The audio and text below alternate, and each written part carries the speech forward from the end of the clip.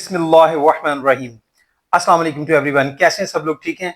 देखिए बेटा, हमने क्लास 10 फिजिक्स उसका चैप्टर नंबर 13 है और उसका लेक्चर नंबर 12 है।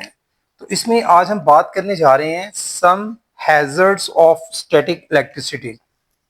सम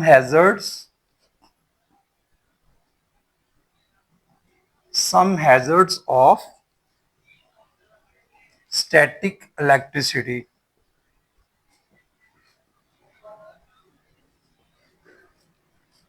स्टैटिक इलेक्ट्रिसिटी, देखिए स्टैटिक इलेक्ट्रिसिटी पर हम काफी बात कर चुके हैं, लेकिन अब इसकी स्टैटिक इलेक्ट्रिसिटी के हवाले से कुछ खतरात होते हैं। वो क्या है उस पर हमने बात करनी है। पहली इसकी जो है एग्जांपल वो है लाइटनिंग की। लाइटनिंग किसको कहते हैं भाई? लाइटनिंग बिजली को कहते हैं। जो अक्सर आपने देखा बिजली का कड़कना, अक्सर आप बारिश से पहले बाज दफा आप देखते हैं क्लाउड्स वगैरह गरजते हैं और उसके साथ लाइटनिंग का प्रोसेस आप देखते हैं। अब ये जो लाइटनिंग का फिनोमिना है ये कैसे वकूफ होता है? उसमें ये होता है कि भाई आपके जो क्लाउड्स होते हैं, हैवी क्लाउड्स, एक तो क्लाउड्स होती हैं और दूसरे नंबर पर हैवी क्लाउड्स होते हैं। ठीक है, ये जो हैवी क्लाउड्स होते हैं उनके अंदर सादा लफ्जों में ये थंडर क्लाउड्स कहलाते हैं। ये क्या कहलाते हैं? Thunder clouds. इसमें बहुत तेज हवा भी शामिल होती है। अब ये जो हैवी क्लाउड्स होते हैं ये थंडर क्लाउड्स की शक्ल में वाटर मॉलिक्यूल्स इनके अंदर बहुत ज्यादा होते हैं और इस तरह से ये बहुत तेजी से मूव करने की वजह से इनके अंदर जो है वो चार्ज प्रोड्यूस हो जाता है। यानी हैवी क्लाउड्स जब वो थंडर क्लाउड्स की शक्ल में होते हैं, वाटर मॉलिक्यूल्स को उठाए हुए होते हैं, तो उसमें जो चार्ज प्रोड्यूस होता है वही चार्ज जो है वो एक इलेक्ट्रिक फील्ड बनाता है। वो जो इलेक्ट्रिक फील्ड बनाता है वो किसके साथ बना लेता है? इलेक्ट्रिक फील्ड हमारी अर्थ के साथ। यानी हमारी अर्थ जो है उसके साथ वो इलेक्ट्रिक फील्ड बना लेता है और इस तरह से क्या होता है कि वही चार्ज जो है, जब यही थंडर क्लाउड जो हैं वो सडनली जो है वो जंप करते हैं, बाहर निकलते हैं, जंप आउट करते हैं, यहां से सादा लफ्जों में जंप आउट करते हैं, बाहर उछल कर निकलते हैं, तो वो फिर हमारी अर्थ के ऊपर जो है वो जाकर वायलेंट किस्म का स्पार्क होता है, बहुत शिद्दत का। ठीक है, स्पार्क पैदा होता है और उसके साथ साथ एक्सप्लोजन भी होता है, धमाका भी आपको सुनाई देता है, आवाज भी सुनाई देती है एक्सप्लोजन की शक्ल में। तो इस सारे प्रोसेस को जिसकी मैंने बात की है इसको बोलते हैं लाइटनिंग बोलते हैं।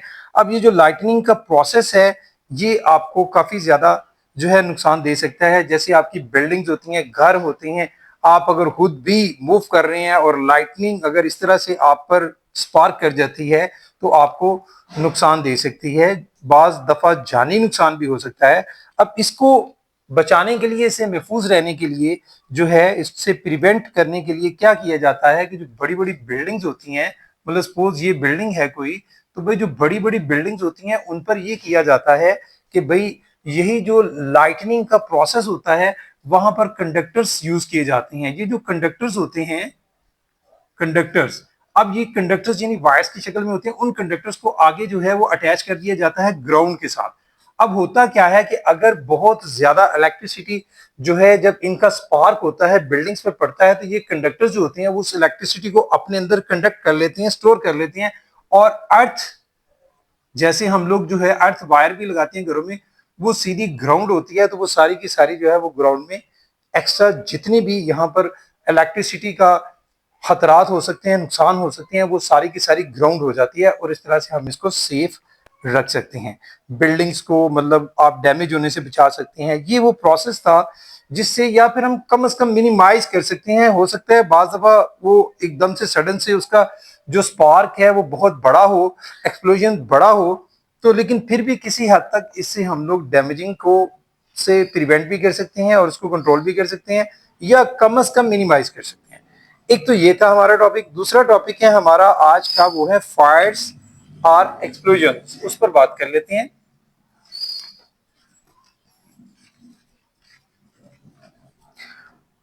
फायर्स और एक्सप्लोजंस,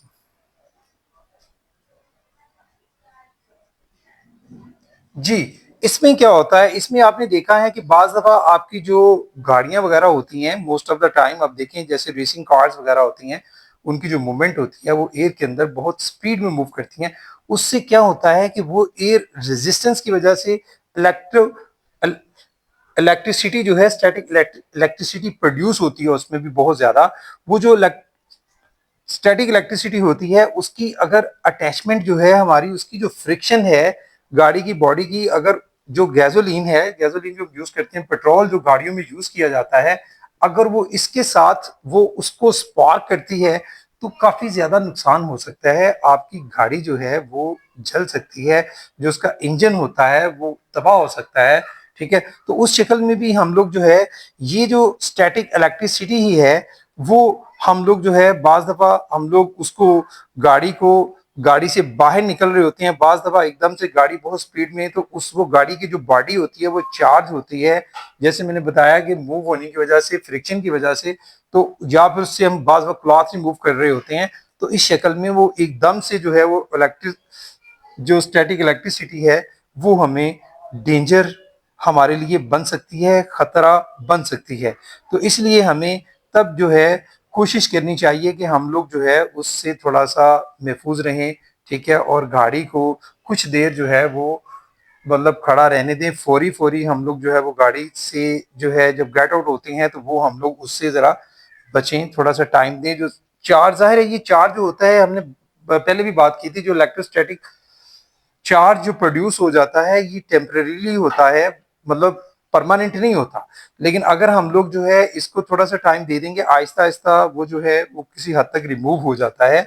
लेकिन फिर भी इन चीज़ों में भी हमें एहतियात करनी चाहिए कि उस शक्ल में भी बहुत ज़्यादा एक्सप्लोजन हो सकता है, धमाका हो सकता है, आपको खतरात हो सकते हैं, क्योंकि गाड़ी जो है उस पर इलेक्ट्रोस्टैटिक चार्ज जो है वो प्रोड्यूस हो सकता है एयर फ्रिक्शन की वजह से। वो जितनी ज़्यादा होगी वो उतना ज़्यादा जनरेट होता है। और गैसोलीन जो है वो थोड़ा सा भी, आपको पता है पेट्रोल को अगर थोड़ा सा भी आप मिल जाए, मतलब उसको फायर मिले, तो वो फिर क्या होगा, एक्सप्लोजन हो सकता है।